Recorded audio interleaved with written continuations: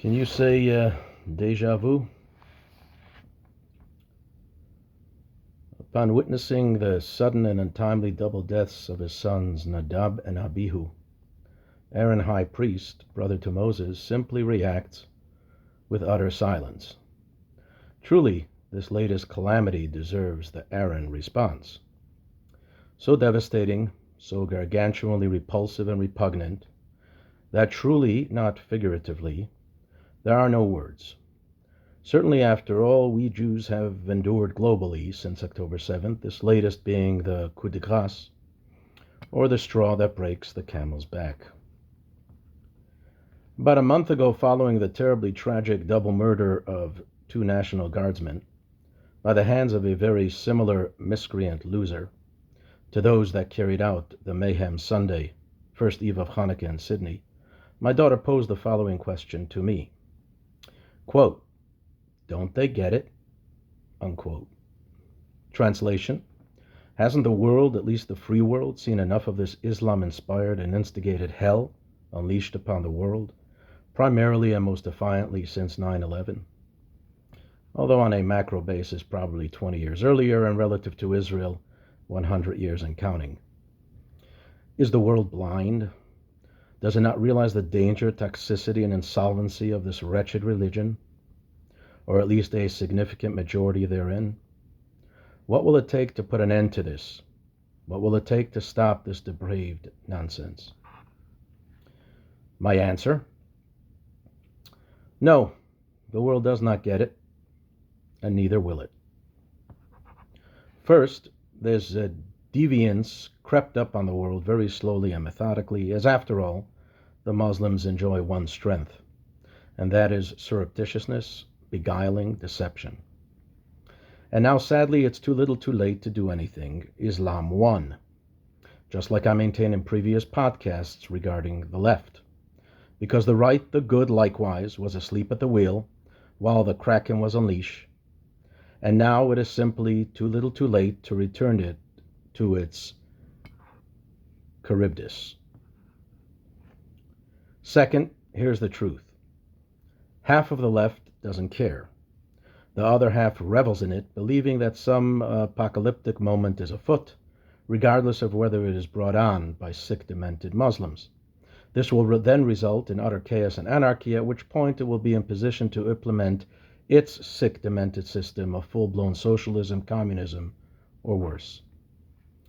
On the other hand, while the right is as well divided, it is slightly more refined and restricted as follows. A third, the woke right, is as lethal as the left above. A third is as picayune and clueless as it's been since time immemorial, thus the reason we are where we are today. And this applies to Israel's right as well. The final third segment is simply powerless and perhaps even tired, and for good reason. Why Cruz, Kennedy, Graham, and Rubio, you may add an honorary right individual member of Congress, John Fetterman, to this list, are simply no match for 500 other rotten members. And this divide more or less applies to Australia, Europe, or anywhere else. The voice of the minority good simply lacks the ability to overpower the masses' decibel. So where do we go from here, you ask? Nowhere. No one will do anything. Many will talk, some will yell, others will cry. And in short order, this catastrophe will almost certainly repeat, if not in Bondi Beach, Baltimore, Maryland. And like I already delineated above, this is first because Islam has already won, and second because no one is willing or in position to do what must be done under the current circumstances. My rock, the holy and blessed Reb Meir Kahane, said it best 40 years ago. Quote, "The world loves Jewish memorials, monuments, and museums, and it is very adept at it too." Unquote. I would add wreaths to that list. Oh, the world, even the biggest villain or despot, the worst SOB, is great at laying wreaths. Ever see Kim from North Korea laying a wreath? Like a well-behaved child in a candy store. Most awesome-looking gentleman, so demure, so congenial. Prophet Isaiah said it even better 2,500 years ago. Quote, "He gently pets his dog as he murders his fellow man in cold blood." Unquote. I'm truly exhausted and resigned, and frankly, everything that must be said has been said in my previous podcasts. But in closing, I wish to highlight one particular news story in this morass that has made quite a splash. Even though I indirectly touched upon this idea in a previous podcast, it is important to repeat and emphasize as follows. I'm of course referring to the good Muslim, who apparently saved the day and likely tens of would-be victims. I truly am in awe of him as I am Schindler, Sugihara, Wallenberg, and others. He is a true Hasid Umot Ha'olam, righteous Gentile, and deserves our utmost recognition, approbation, commendation, and all forms of love, support, and beatification. But you just know there is a but coming, and you're correct. This but, however, is not directed toward the saintly Muslim individual, but it is rather directed toward the rancid left, specifically the putrid left intelligentsia. That is to say, that as far as the left is concerned, it's completely irrelevant, even in this specific tragedy, where 2/3 or 66% was bad. First, because the left is bad itself, so to begin with, it doesn't acknowledge this event as bad, because then it must acknowledge itself as bad. And recall my mantra from all my podcasts, the bad are incorrigible. Second, the sick, twisted knave, otherwise known as the left, will focus on and convince you therefore that this singular gentleman is Islam, that Islam is in fact a religion of peace. After all, look. As I've maintained in previous podcasts, the snide creativity of the left intelligentsia is its very crafty ability at making the exception the rule. That is its racket, and nothing more.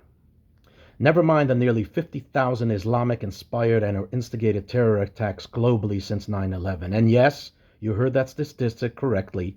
Your ears did not deceive you. Never mind that Islam doesn't merely murder, which in comparison I'd welcome for a change, but it rather murders in the most ruthless, heinous ways known to man, perhaps not even known to man yet. Islam has invented means and ways to murder man has yet to dream.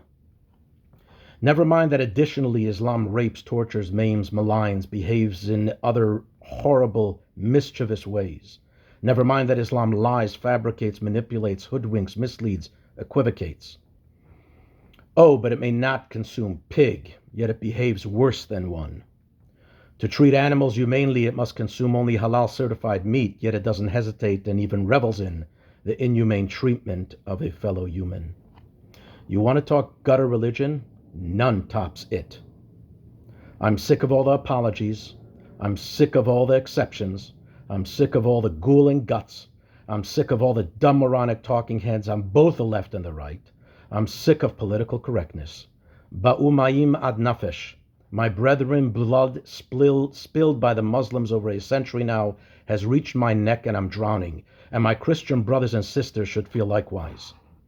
I quote Rabbi Manis Friedman, Australia, please don't save us Jews. We don't need your saving. Save yourself. In other words, Putz Albanese, we Jews don't require your save or protection, but your constituents do. Save your citizens. Save your sovereign and sovereignty. Save Australia. A pastime that may have sadly passed its time.